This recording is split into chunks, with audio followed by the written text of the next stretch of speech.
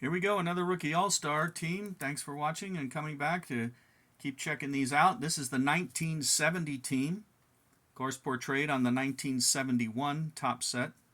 We'll start off with the right-handed pitcher, and that is Les Kane of the Tigers. And you can see actually in his facsimile autograph wrote his nickname Sugar. Les Kane had come up with the Tigers in their world champion year in 68.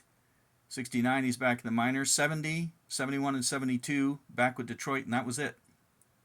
He was 12 and 7, 3.84 in 1970. His career, he's 23 and 19, 3.98. He also struck out 156 in 70. It was by far his best year. He went 10 and 9 in 71, 0 and 3 in 72. That was it. And as again, pitchers, they get hurt. The left-handed pitcher, or did I reverse these? I reversed these. Kane's the lefty, and here's the righty, and that would be Carl Morton of the Montreal Expos. Morton had come up. He'd made it with the Expos in 69, their inaugural year, but he moved into the starting rotation in 70 and went 18 and 11, 3.60. His career, 87 and 92, 3.73. Played through 1976 in the majors, and was a solid starter most of that time. Also could relieve, come in and give you extra innings, that type of a thing, if your pitching staff was in trouble. The catcher, Thurman Munson of the Yankees. A popular card, loved by people. I hate it. I don't like action pictures. I mean, can you really see Munson? I mean, you know that's him, but can you see the uniform? I don't like action pictures. I know I'm in the minority, but hey, that's one of the things that's fun about collecting. People view it different ways. So this is Thurman Munson of the Yankees. He was the 1970 American League Rookie of the Year, hitting 292.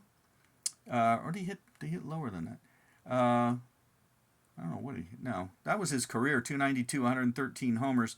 But he was the Rookie of the Year. He was a 7-time All-Star, 1976 American League Most Valuable Player. In postseason play, he hit 357 in 30 games.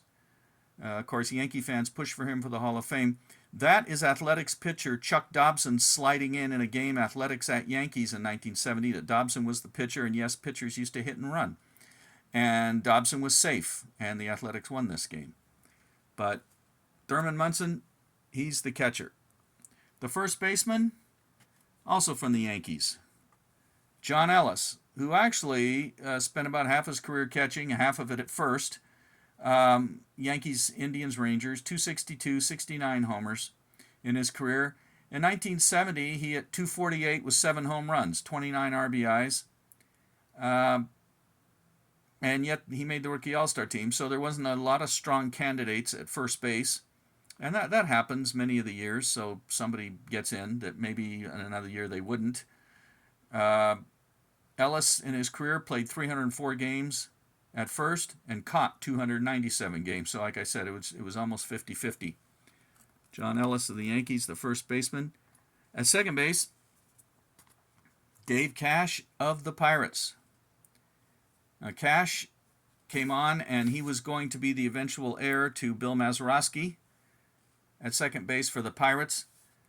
Cash played through 1980, Pirates, Phillies, Expos, Padres. In 70, he only was in 64 games, but he hit 314 with 1 home run, 28 RBIs. And here in 71, he would take over for Mazeroski and become the full-time second baseman as the Pirates would win the World Series in 7 games over Baltimore. Career 283, 1,500 hits, 3-time All-Star. Led the National League in at-bats 3 times, hits once, and triples once. A really, really solid player, Dave Cash of the Pirates.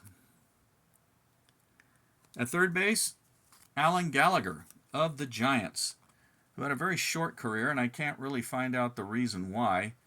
Gallagher, 70 to 73, that's it, 4 years, Giants and Angels. Nickname was Dirty Al. He was always sliding, getting his uniform dirty, things like that. Gallagher in 70 hit 266 with 4 homers. His career is 263. Here in his second year in 71, the Giants would win the National League West, lose the playoffs to the Pirates.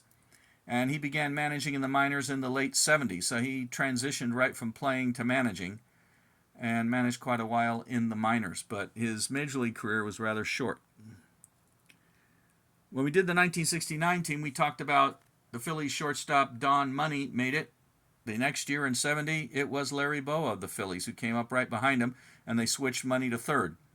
Bowa took over at shortstop, played 16 years, Phillies, Cubs, Mets, 260 in his career. He had 318 stolen bases, 2,191 hits, a 5-time All-Star, 2-time Gold Glove, 80 World Champion Phillies, managed for 6 years, well known for his hot temper, both as a manager and as a player. He's also known to be very fan-friendly, and if you do through the mail autographs, Bowa is a good one to send to. And there he went. Get Bowa back up there. We go to the outfield. Bernie Carbo of the pennant-winning 1970 Reds. Carbo played through 80, Reds, Cardinals, Red Sox, Brewers, Red Sox again, Indians, Cardinals again, Pirates. 264 overall, 96 homers. In 1970, he hit .310, 21 homers, 63 RBIs. But most of the time, he was a backup outfielder and pinch hitter.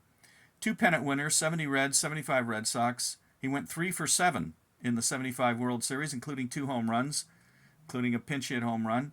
Drove in 4 runs, but the Red Sox lost to his original team, the Reds. So Bernie Carbo, an excellent hitter. Outfielder number 2, joining his brother as a rookie all-star, Billy Conigliaro of the Red Sox. Boston, Milwaukee, and Oakland, 69 to 73. 256 with 40 homers in his career. He hit .271 with 18 home runs and 58 RBIs in 1970 to make the rookie all-star team. It was his best year. He was with the Athletics in 73 when they won the World Series. That was his last season. He decided to quit, got in contract dispute. He didn't like it when he had been traded to Milwaukee. He wanted out of there. They let him go. That's when he went to Oakland. Eventually just stayed out of baseball. Only 5 years in the majors. His brother, of course, had gotten beamed, and he was out by that time. So another good hitter, as his brother was. And the final outfielder is Roy Foster of the Indians. And Foster had a really good rookie year. He hit .268, 23 homers, 60 RBIs.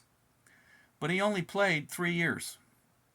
70, 71, and 72, all with Cleveland. After 71, he was traded to the Rangers.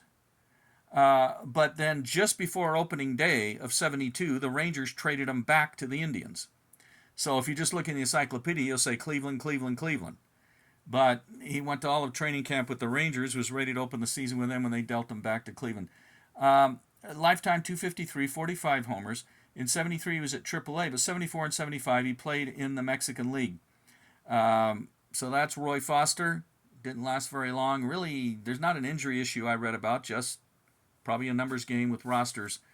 So that's the 1970 team. Here they are.